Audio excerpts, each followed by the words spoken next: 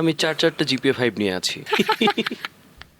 এই যে জিপিএ 5 এর একটা নেশা, ভালো ফলাফল করার একটা নেশা। ছোটবেলা থেকে আমরা যেভাবে আসলে পড়ে শিখে এসেছি, বিশেষ করে আমরা দেখেছি যে আমাকে কবিতা মুখস্থ পড়তে হচ্ছে বা আমাকে কবিতাগুলো লিখতে হচ্ছে।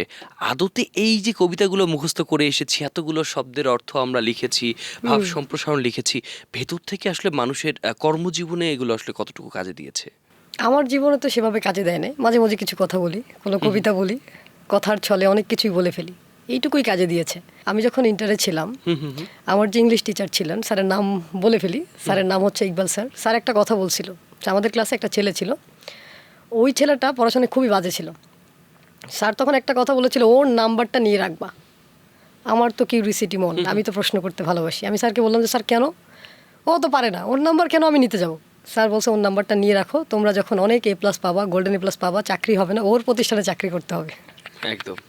সো ব্যাপারটা হচ্ছে যে ফেল করে বিজনেস করে সে বড় প্রতিষ্ঠান করে, আর আমরা পাশ করে চাকরির পিছে দৌড়াদৌড়ি করে মরি। ব্যাক বেঞ্চের যারা দেখছি তাদের জন্য কিন্তু চরম মোটিভেশনের একটা জায়গা কিন্তু তৈরি হয়ে আর গেছে। সবাই যে বড় হতে পারবে বিষয়টা এমন না।